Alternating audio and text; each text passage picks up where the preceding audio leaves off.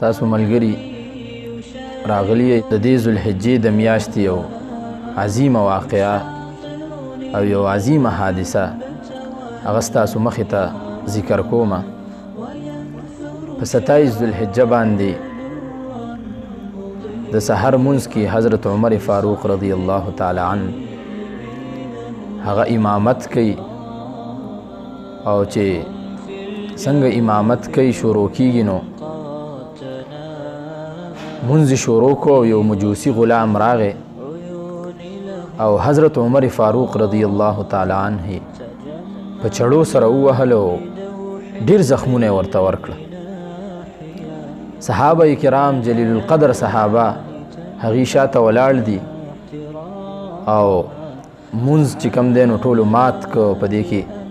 بعضې نور صحابه کرام هم ولګېده زخمی شو. خو د حضرت عمر فاروق رضی الله تعالی عنه زخمونه ډیر زیات لګېدلي وو، ډیره سخته په حضرت عمر فاروق رضی الله تعالی عنه باندې تېرېدله. په 27 ذوالحجه باندې دا واقعه مخې ته راله او بیا په 1 محرم باندې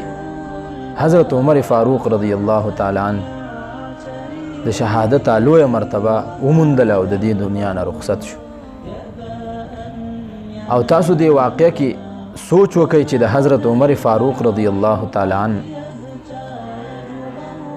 څومره لویه هستی وه هغې چې په دغه وخت کې ورسره خپل زوی عبدالله ابن عمر رضی الله تعالی عنه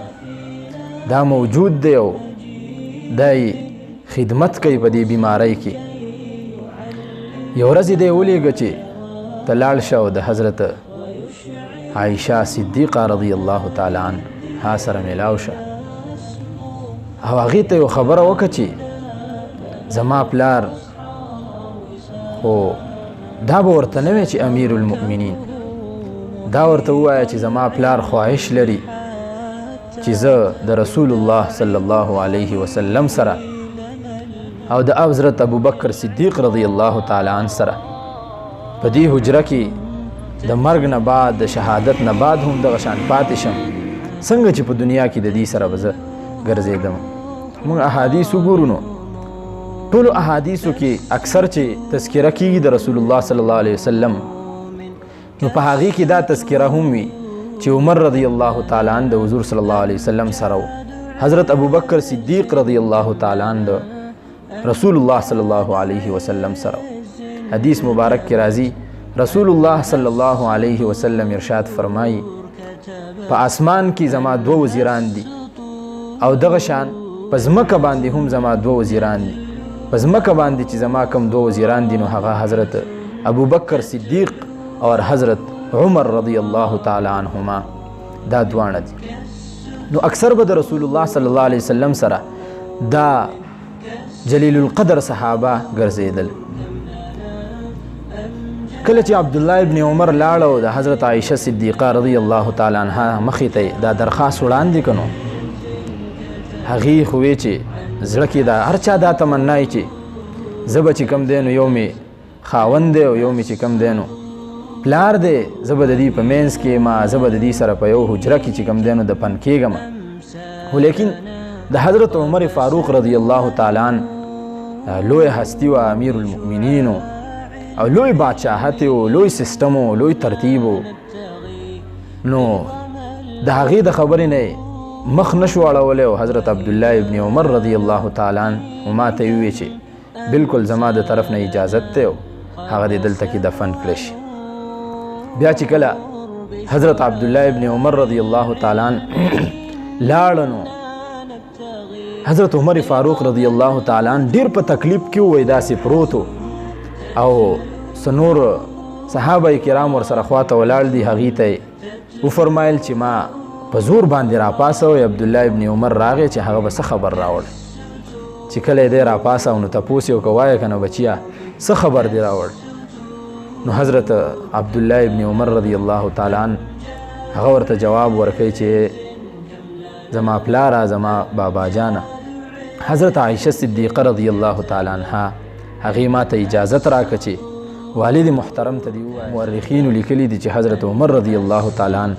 هغه بې انتها په جړا شو، وی جړل وی جړل او ډېرې وجړل د خوشحالۍ نه. او په دغه وخت کې د آخري اوقاتو د دنیا نه د رحلت د دا سر مبارک چې کومونو دا د حضرت عبدالله ابن عمر رضی الله تعالی عنہ په دې غیږه کې پروت دی. دته وفرمایل چې بچیا دا سر مې په دې خاورو کې کېده، زه هسې هم دې خاورو ته روان یم او په دې خاورو کې مې دا سر ښه دی چې دا سر مې په خاورو کې شي. حضرت عبدالله ابن عمر رضی الله تعالی عنہ هغه ورته وی بابا جان زما په دې غیږه کې ښی وی نه بس پرې مې دا سر مې دې خاورو ته که چې په دې خاورو کې زما نه دا روح وځي او الله جل جلاله ته زه عاجزه لاړ شم. دا وره لوی په څومره ځمکه باندې د حضرت عمر رضی الله تعالی عنہ باچاحت ته خو د هغې باوجود چې کوم دی نو خپل زوی ته دا نصایح او دا قسمه تذکره کوي د عاجزۍ او د انکسارۍ چې الله جل جلاله مخې ته په عاجزۍ کې لاړ شم، په انکسارۍ کې لاړ شم. حضرت عبدالله ابن عمر رضی الله تعالی عنہ د سر مبارک راواغسته او دغه شان په خاورو کې کېښوده او حضرت عمر رضی الله تعالی عنہ بیا هم حضرت عبدالله ابن عمر ته وی چې لاړ شه او هسې نه چې په حضرت عایشه باندې زما د امارت او زما د خلافت هغه زور راغلی او د هغې د وجې نه بادل ناخواسته هغې دا ارشاد فرمایلی وي چې زما په دې حجره کې دې دفن کړی شي. بیا به هم چې زه وفات شم نو لاړ به شي او تپوس به وکړي چې اوس خو چې کوم دی نو د هغه خلافت ختم شوی دی، هغه یو عام بنده دی، ته هغه ته ځای ورکوې که نه. دا قسمه ارشادات او ډېر لوی نصایح هغه مورخینو لیکلي دي چې په دغه وخت کې حضرت عمر رضی الله تعالی عنہ صحابه کرام راجمع کړل او خپل زامن راجمع کړل، ټولو ته یې وویل چې وګرځئ په ما باندې چېرته څه قرض شته دی او که نه، چې هغې تفتیش وکړو. په حضرت عمر فاروق رضی الله تعالی عنہ باندې کافي قرض اوښتی و، د خلافت باوجود د مشرۍ باوجود په هغې باندې قرض اوښتی و.